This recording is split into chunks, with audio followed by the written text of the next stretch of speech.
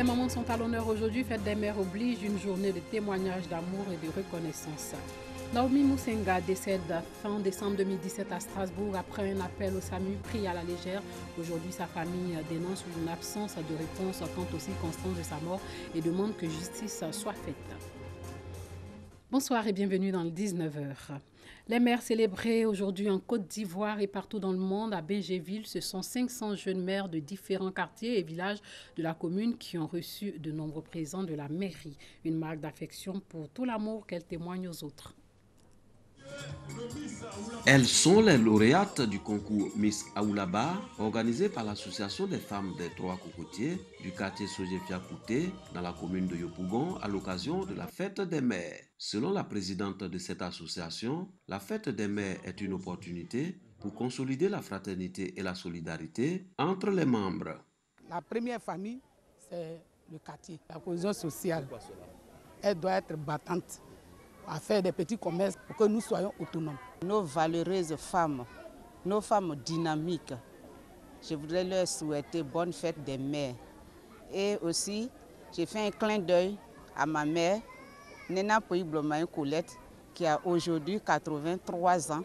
Je lui souhaite bonne fête des mères. Pour le parrain, célébrer une maman, c'est reconnaître ses bienfaits en faveur de la famille dont elle est le premier pilier. C'est l'occasion de lui exprimer son amour et son affection. Et lorsque nous célébrons la mère, nous nous sentons tous concernés, quelles que soient nos responsabilités, quels que soient nos horizons. Alors nous sommes prêts à leur accorder tout le financement dont elles auront besoin afin de pouvoir mener leurs activités, des activités génératrices de revenus. Nous allons les accompagner aussi bien dans la formation que dans le financement et ensuite nous allons les suivre. Du côté de Yopougon-Niagon, plus de 900 femmes veuves étaient à l'honneur. Venues de plusieurs localités de Côte d'Ivoire, elles ont reçu des vivres, des non-vivres et des enveloppes d'argent. 350 000 francs pour certaines et 500 000 francs pour d'autres. Un don offert par l'ONG Petra Rock pour leur permettre d'entreprendre une activité génératrice de revenus. La valeur du don, 8 millions de francs CFA. Venir vers elles et leur donner le peu de moyens que nous avons pour qu'elles puissent se lever et travailler. Donc il faut qu'elles travaillent pour que aussi en retour, nous ayons des bons résultats, comme on le fait d'habitude, en donnant des congélateurs, en donnant des machines broyeuses à toutes ces femmes. Parce que la femme est autonome, les enfants vont manger et tout. Qui dit la femme, dit la famille, dit la Côte d'Ivoire. Les bénéficiaires ne manquent pas d'exprimer leur joie en remerciant la donatrice pour cet appui financier. Et nous voulons dire merci à la présidente P pour tout ce qu'elle est en train de faire pour nous. Celles qui font du commerce de peau de bœuf sur le marché, celles qui font le commerce de charbon, de bois, d'attiéké. Bon, c'est pour permettre à chacune vraiment de pouvoir se lancer de plus belle dans son commerce. L'ONG Petra Rock œuvre pour le bien-être des femmes veuves de Côte d'Ivoire depuis plusieurs années. Elle envisage offrir un toit à chacune de ses adhérentes. Dans la commune de Cocody et Yopougon, les mamans ont été aussi gâtées. Les femmes réfugiées n'ont pas été oubliées, des mamans qui n'oublieront pas de sitôt ce jour. Le réseau des experts européens département Afrique de l'Ouest n'a pas voulu rester en marge de la célébration de la fête des mères. Cette organisation, soutenue par le Sahara et l'ONG Les Amis de la Vie, a décidé de célébrer les femmes réfugiées en Côte d'Ivoire. Pour le représentant résident de cette structure, Sangaré Boubacar, il s'agit d'honorer ces femmes. Je disais toujours à maman, je ne te remercierai jamais assez. Et ça, c'est à l'endroit de toutes les mères. Mais celles qui sont dans des positions de vulnérabilité absolue, elles sont prioritaires. Et c'est dans cette optique que nous nous sommes dit, ok, nous allons commencer avec les femmes réfugiées vivant en Côte d'Ivoire. Bonne fête à toutes les mamans de Côte d'Ivoire. On vous remercie, on dit merci à tous. Merci. Distribution de cadeaux, des vivres et non-vivres, dans une ambiance festive. Plus de 3000 pagnes offerts aux femmes de Yopougon-Kouté à l'occasion de la fête des mères. Un geste du président du club des amis Yobou Frank pour féliciter et remercier les femmes pour leur rôle important dans la société, plus particulièrement leur contribution dans l'éducation des enfants. Yobou Frank a invité les femmes à s'engager dans l'entrepreneuriat afin d'être autonomes et pouvoir mieux s'occuper de leur famille. Cette célébration de la fête des mères à Yopougon-Kouti a vu la présence du sénateur de la région de Gbeke, Alain Kokotré. Un mot de sport à présent. Sachez que Marie-Josée Talou a remporté le 100 mètres en 10 secondes 88 à 3 centièmes de sa meilleure performance mondiale de l'année. À Eugène, c'est aux États-Unis. Talou a dévancé Muriel Aoré 10,90 et Hélène Thompson, la Jamaïcaine, 10 secondes 98, la championne olympique en titre. Parlons religion. 25 ans de consécration à Dieu, d'évangélisation, d'action sociale, de don de soi. Tout simplement, la Fondation évangélique Victoire veut marquer ce quart de siècle d'une pierre blanche. L'événement sera marqué par des galas de bienfaisance et des actions sociales. 1993-2018. Cela fait 25 ans que la Fondation évangélique Victoire est au service des dieux. Pendant ces 25 années d'existence, plusieurs activités ont été menées tant au plan religieux qu'au social. Pour nous, nous voulons nous arrêter un temps soit peu et nous souvenir de tout ce que Dieu a fait pour nous et voir l'accomplissement de tout ce qu'il nous a dit en 25 ans. Et pour marquer le coup de ces 25 années d'existence, 25 jours sont choisis par les responsables de la Fondation pour les festivités. Pour nous, un jour marque une année. Et donc, chaque jour va marquer chaque année que nous avons fait de marche avec le Seigneur. Créée le 1er juin 1993, la Fondation évangélique Victoire a pour mission de soutenir les assemblées et les serviteurs des dieux dans leur mission de propagation de la parole des dieux et de lutter contre la pauvreté. Son rôle est d'œuvrer également à l'édification spirituelle de ses membres.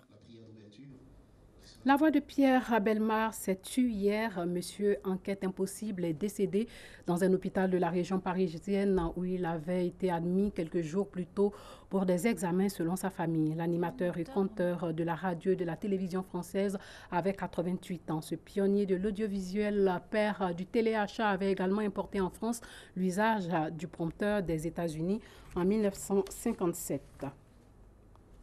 Les musées occidentaux doivent-ils rendre à l'Afrique les objets culturels sortis du continent lors de pillages? Le débat agite la sphère culturelle et diplomatique depuis des décennies. En France, en tout cas, Emmanuel Macron souhaite que les musées français commencent à restituer ces pièces de collection d'ici 5 ans. Ailleurs, comme en Grande-Bretagne, les initiatives sont bien plus timides. Mi-homme, mi-animaux, ces totems comptent parmi les plus belles pièces du musée parisien du Quai Branly. Sur l'étiquette, il s'agit d'un don d'un général français, mais pour le Bénin, région d'où elles sont originaires, ces statues ont été pillées par la France à la fin du XIXe siècle lors de la conquête de cette ancienne colonie. Une situation symbole d'un vieux débat, les pays occidentaux doivent-ils rendre à l'Afrique ses œuvres d'art? Novembre 2017 à Ouagadougou, le président Macron met fin à un long tabou en évoquant un mécanisme de restitution de son patrimoine à l'Afrique d'ici 5 ans.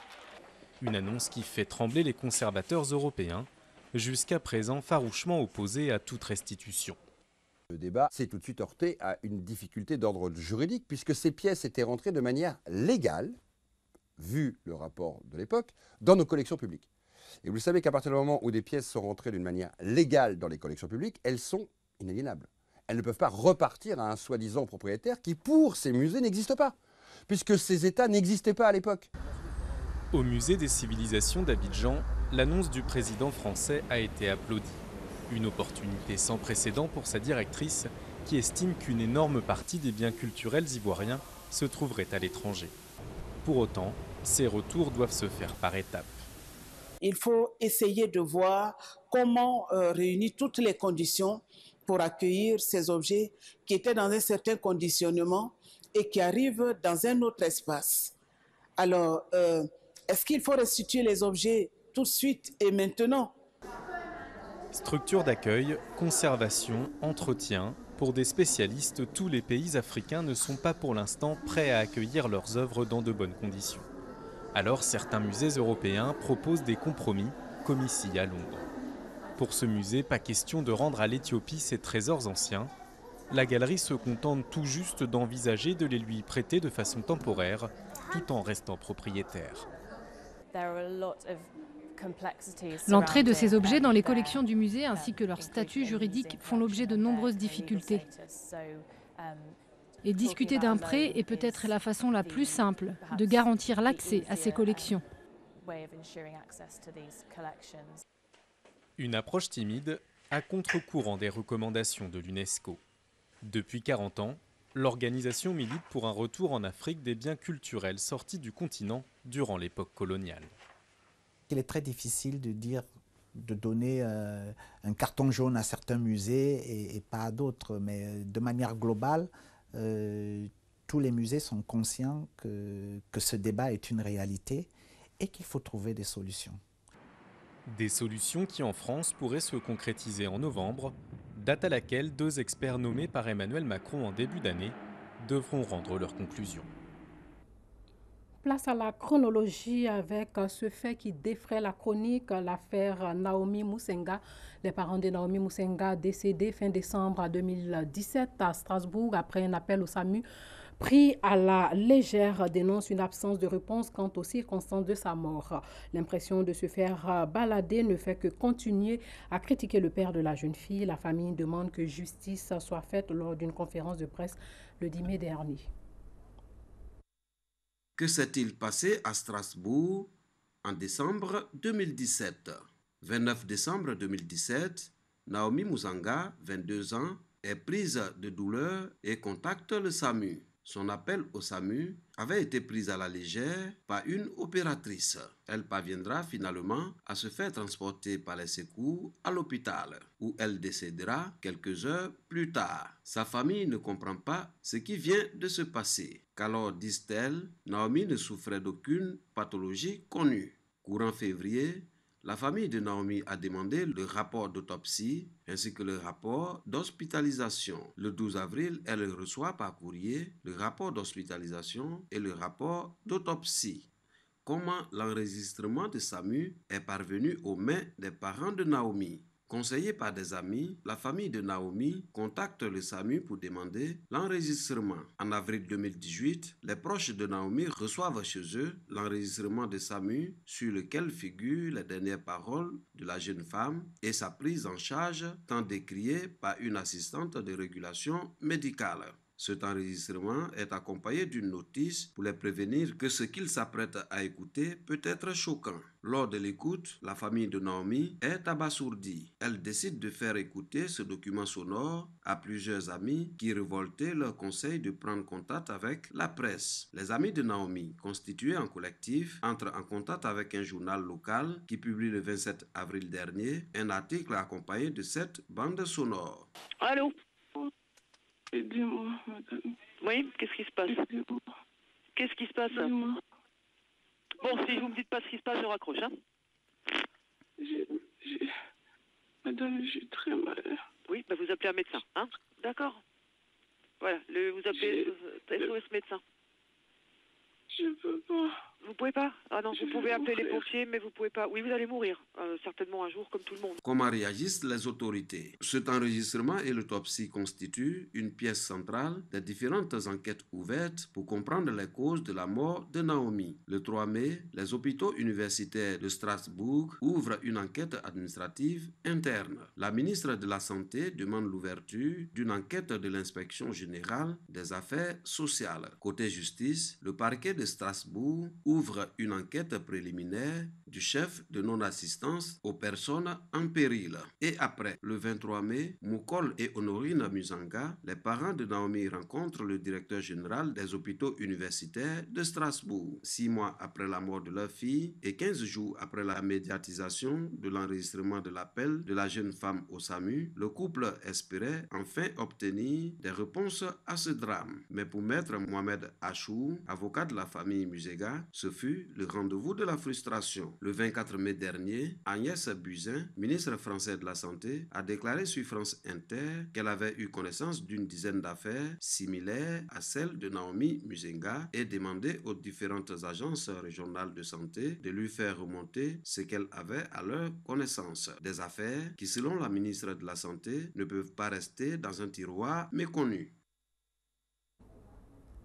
Et sachez que la ministre française de la Santé a pointé du doigt le manque de formation des opérateurs amenés à prendre les appels du SAMU. Agnès Buzyn a rappelé aujourd'hui même qu'une mission est en cours avec un audit sur l'affaire de Naomi Musenga. Voilà, c'est tout pour ce soir.